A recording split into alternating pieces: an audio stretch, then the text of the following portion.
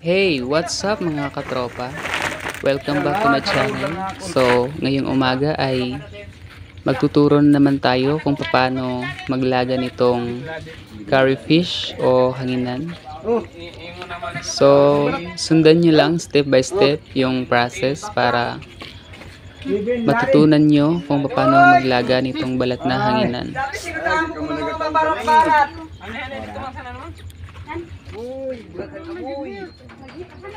So, panoorin yung mabuti para hindi nyo makaligtaan yung tamang proseso ng paglalaga nitong balat na hanginan.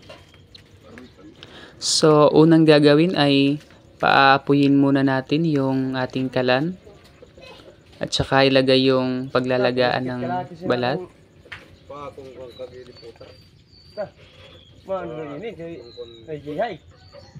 At ayan, ang sunod na gawin ay lagyan ng tubig tabang.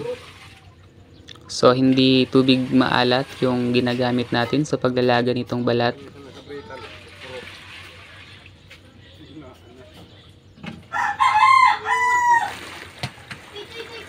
At sumunod naman na proseso ay maglagay ng tubig sa palanggana.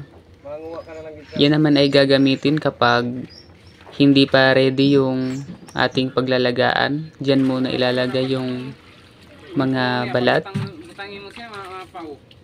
Kasi mabilis matunaw itong mga hanginan. So, kailangan lagi siyang nakababad sa tubig tabang. So, ito yung ating ititimbang ng mga hanginan na balat. So, hindi pa namin sinisimulan kasi kailangan medyo mainit muna yung paglalagaan. At ayan nga, dapat nakaseparate yung mga bituka. Kasi medyo masilan itong balat na hanginan. At dapat mabilis yung pagtatanggal ng bituka para hindi siya matunaw.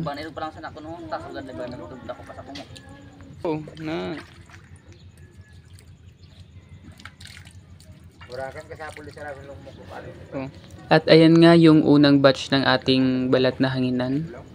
So, naka 3 kilo agad. At direkta itong inilagay sa mainit na tubig. Mas maganda yung ganun para hindi siya matunaw. At pagkalagay nga nito sa mainit na tubig ay agad na haluin. Dahan-dahan lang yung paghahalo, hindi masyadong mabilis. At habang hinahalo yung inilagay pa lang na balat sa lagaan ay patuloy na tinatanggalan ng bituka yung mga balat na iba at saka ititimbang. At ayan nga, ready na yung pangalawang batch ng ating balat. So, timbang na natin. So, ayan, kulang-kulang 3 kilo. Pero gagawin na natin 3 kilo para hindi tayo malito sa pagkukwenta mamaya. So, linalagyan nga pala namin ng risiko. Uy! Ibuntog na.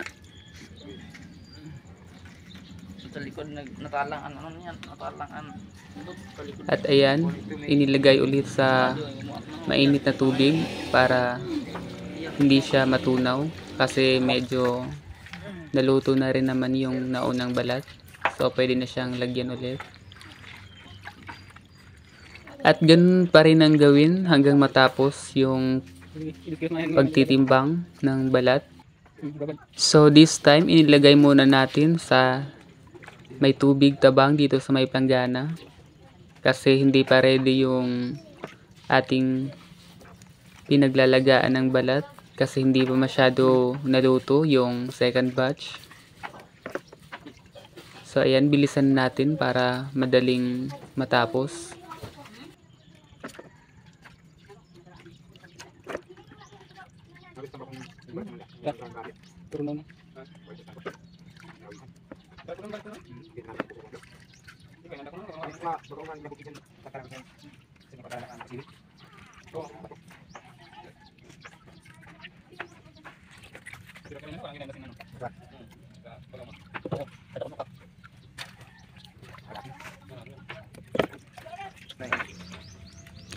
At ito na nga yung huling batch ng itinimbang natin na balat. So, bali 12 kilos yung kanyang balat. Yan. So, 60 pesos per kilo yung balat. Kaya yung kita niya ay 600 pesos. So, okay na yun.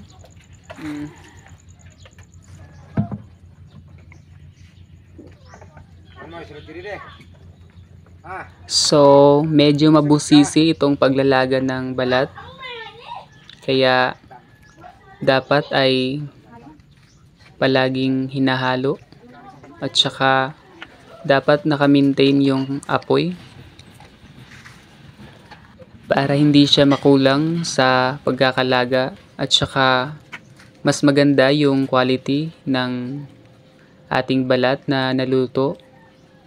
At saka makalipas nga ang 30 minuto mahigit ay pwede na nating hanguin itong ating balat. So, eto na yung ating nilagang balat na hanginan. So, eto na yung second step na gagawin. Pagkahango natin ay ilalagay natin sa isang lagayan.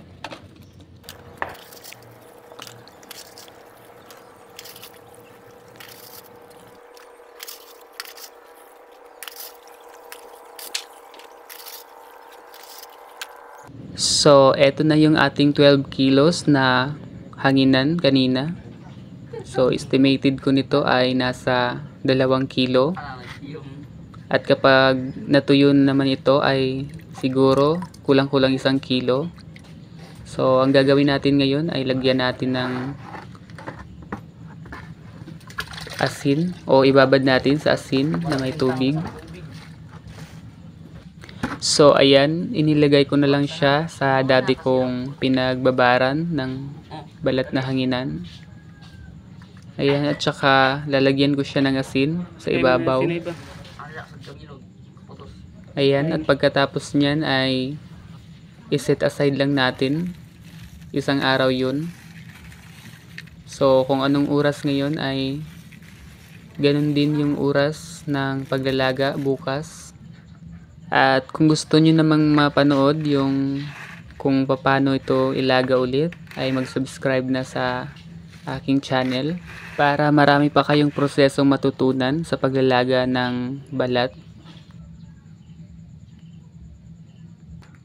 So, eto na yung ating mga na-recook na balat.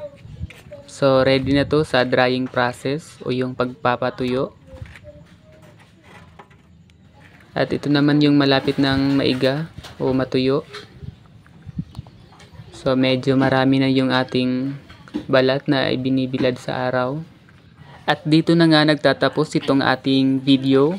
So, mag-subscribe na sa aking channel para ma-update kita sa aking mga susunod pang video.